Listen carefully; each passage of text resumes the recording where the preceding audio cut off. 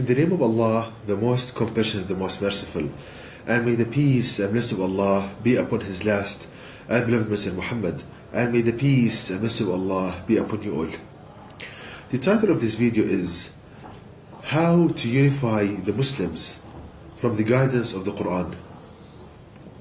And in this video I will show, brothers and sisters, how we can resolve the differences between Muslims and become one nation united. Now, first of all, we want to see the reason why there are so many differences between Muslims and what's the solution for this. Now, Allah Almighty gives us the reason for differences between Muslims and how to solve this problem in one verse in the Quran. In one verse in the Quran, Allah Almighty gives us the cause and the cure for the division among Muslims. And this is verse number 103 of chapter 3 of the Quran, which states, "And hold fast, all of you together, to the rope of Allah God, and be not divided among yourselves. And remember Allah favor on you, for you were enemies one to another, but He joined your hearts together, so that by His grace you became brethren. And you were on the brink of a pit of fire, and He saved you from it. Thus Allah God makes His signs clear to you, that you may be guided." So here Allah God Almighty tells us that if we hold fast to the rope of Allah, the rope of Allah is the Quran. So if we hold fast to the Quran, meaning if we take the Quran as our book of reference, if we take the Quran as our reference book, then we will be united. So we can learn from this that the reason for divisions among Muslims and the problems between us is because we don't take the Quran as our reference book. All of us, we have heroes, and we take these heroes as references. My hero says this, and my hero's opinion is that. So the cause for the division among Muslims is that we don't take the Quran as our reference book, and the cure is to take the Quran as our book of guidance, our reference book. So any dispute, we go back to the Quran and see the solution there. And now, brothers and sisters, I will give you practical examples on how to do this, how to implement this. The first example is something that happened to me during one of my lectures. So what happened is that I was delivering a lecture in a center, and one of the topics I talked about was envy. And I want to explain the correct understanding of envy and the problems the wrong understanding of envy brings us. And what I told them, the very kind of quick summary, that so many people have the wrong understanding nowadays for envy, is that there are certain people with mysterious powers that they can benefit you or harm you from a distance.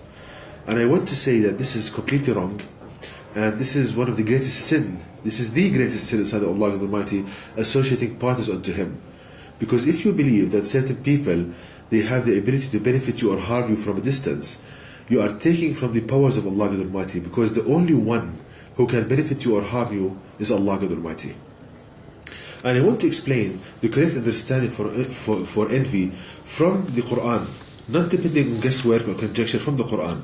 And it goes as follows. If we ponder upon verse number 4 of chapter 12 of the Quran, which states, "When Joseph said to his father, 'O my father, verily I saw 11 stars, and the sun and the moon, I saw them prostrating themselves to me.'"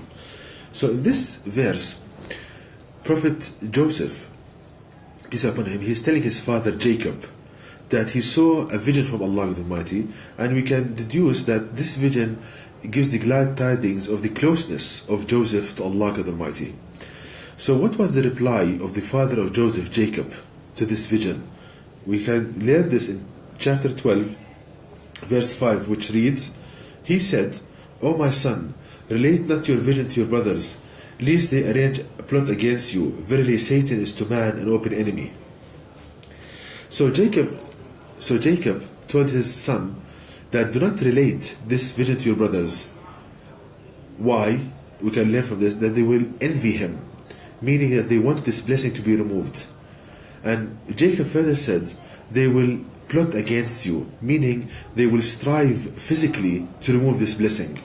So we can learn that the correct understanding for envy is the act of wishing for a blessing to be removed and striving physically to remove this blessing. That is envy. So I explained this. Now, as an example, if somebody bought a new car and somebody envied him, meaning that he wanted that car to be removed, for this blessing, he wanted this blessing to be removed. So what that person does is that he goes in the night, for example, and he smashes the car. This is the act of envy. Going physically, striving physically to remove this blessing. Now, when I explained this in the lecture, the attack started on me. That how can you say this? We learned that envy, no, there are certain people with mysterious powers that can benefit us or harm us, and I was under a fierce attack. So what is the reason for this attack?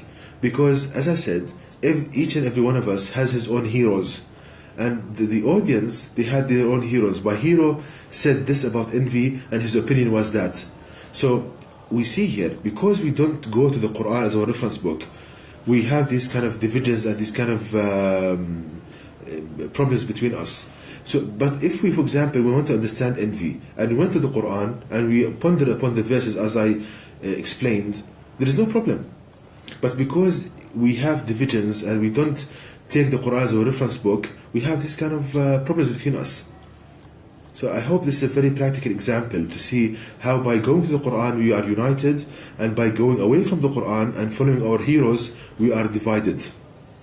And so the one recommendation here is that if you hear an opinion, see whether this opinion agrees with the Quran, then it's fine, or whether it disagrees with the Quran, then you reject it.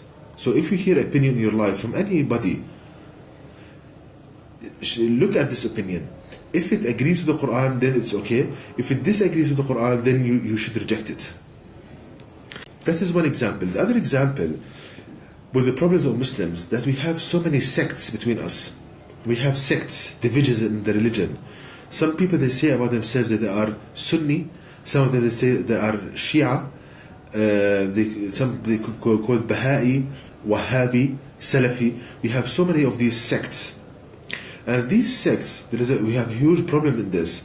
It causes divisions between Muslims, and it causes Muslims to become enemies. Now Allah God Almighty gives us the cure for this problem from the Quran, where Allah states in the Quran in chapter 6 verse 159, which reads, "Verily, those who divide the religion and break up into sects, you have no concern in them in the least. Their affair is only with Allah God, who then will tell them what they used to do." So here Allah God Almighty is telling us that those who divide the religion into sects, like for example Sunni, Shi'i, Wahhabi, Baha'i, Allah is telling His Prophet Muhammad that you don't have anything to do with them, meaning they are on the wrong path. So Allah is telling us here that any sect in Islam is wrong. Any person who labels himself as Sunni, Shi'i, Wahhabi, Baha'i, it is wrong. So what is the right way? The right way is for a person to say that he's a Muslim, he's following the Quran, and he's trying to be on the path and the teachings of Prophet Muhammad, peace upon him. That is the correct method. That is the purity of the religion, that every Muslim should say, I'm a Muslim, I'm following the Quran and the teaching of Prophet Muhammad. That's it. He shouldn't label himself as a Sunni, Shi'i, Wahhabi, Baha'i, Salafi. All of this is wrong. Because when you say Sunni, you have the opposing party, Shia. When you say Baha'i, there is opposing party. We have here divisions. So the cure is by going to the Quran and forgetting these labels. Every Muslim should be a Muslim, following the Quran and the teachings of Prophet Muhammad. So we see, brothers and sisters, from these examples, these two examples, how by going to the Quran, we don't have any problems. If we just ponder upon the verse of the Quran and follow the instructions of Allah God Almighty, we have no problems. But because so many of us, we took these kind of heroes and these kind of references, and we neglected the main reference with the Quran, we have all of these divisions and problems between us. And to know more details about this topic, please visit my website at www.quran-miracle.com, and you can email me at zaidquran@yahoo.com, and may the peace and blessings of Allah be upon you all.